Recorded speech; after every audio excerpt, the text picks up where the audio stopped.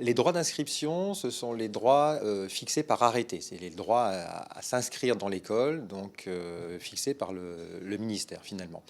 Donc c'est ce que tout élève ingénieur doit s'acquitter avant d'entrer dans une formation. Les frais d'inscription correspondent à des services, on pourrait dire, supplémentaires qui peuvent être offerts par l'établissement et qui n'entrent pas finalement dans l'ensemble des éléments de base pour la formation. Ces frais, ils doivent être parfaitement définis, ils sont d'ailleurs votés par un conseil d'administration, il y a des coûts qui y sont associés et surtout, il doit bien être spécifié au candidat que ces frais sont il n'a pas l'obligation de les payer. C'est optionnel finalement. Par contre, en retour, l'établissement doit être en capacité d'assurer que ceux qui vont avoir payé les frais de scolarité vont avoir accès à ces services supplémentaires et ceux qui n'auront pas payé les frais de scolarité n'y auront pas accès, avec une attention particulière qu'il ne peut pas y avoir dans des frais de scolarité des éléments qui sont nécessaires à l'obtention d'un diplôme. Par exemple, l'accès à des éléments de bibliothèque, de bibliographie font qu'on est obligé finalement de pouvoir accéder à des livres, à une bibliothèque pour avoir un diplôme d'ingénieur. On ne peut pas le rendre optionnel et le payer en supplément. Ça, c'est déjà prévu dans les droits.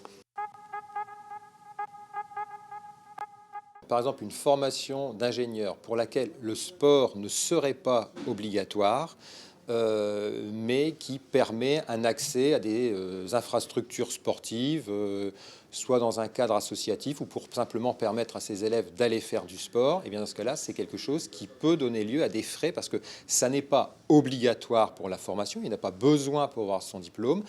Par contre, c'est un service supplémentaire dont on rend compte pour la qualité de vie finalement sur le campus, par exemple.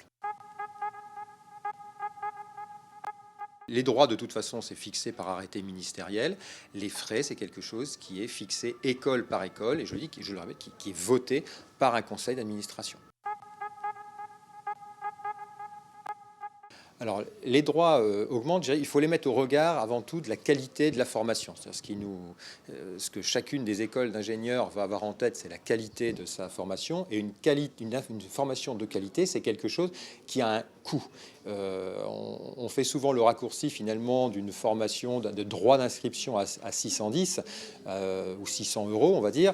Mais le coût d'une formation réelle pour bien former un ingénieur, c'est bien au-delà de ça. On est au-dessus de 10 000 euros. On va dire entre 10 000 et 15 000 euros. Il y a l'environnement pédagogique qui évolue, le fait d'avoir des accords internationaux. Quelque part, on voit bien que le standard de la formation internationale évolue également. Tout ça a un coût. Et donc, si on veut des formations de qualité, il y a une évolution du mode de financement. Et une des façons, je dirais, possibles, un des choix qui pourraient être possibles pour financer cette qualité de formation, c'est une augmentation des droits des droits de scolarité. Mais je dirais le droit de scolarité que peuvent payer les étudiants ou leurs parents est à mettre au regard du coût global d'une formation qui est, je veux dire, entre à minima 10 000 ou 15 000 euros. Oui, il faut pas oublier effectivement que il y a des bourses, il y a des boursiers, c'est-à-dire qu'il y a tout un système de boursiers qui, selon les revenus, selon la localisation et également, il y a un certain nombre de critères, eh bien, permettent d'être finalement boursier et qui permettent éventuellement d'être exonérés de ces droits. Je parle bien de ces droits de scolarité. Donc ça, c'est une première chose.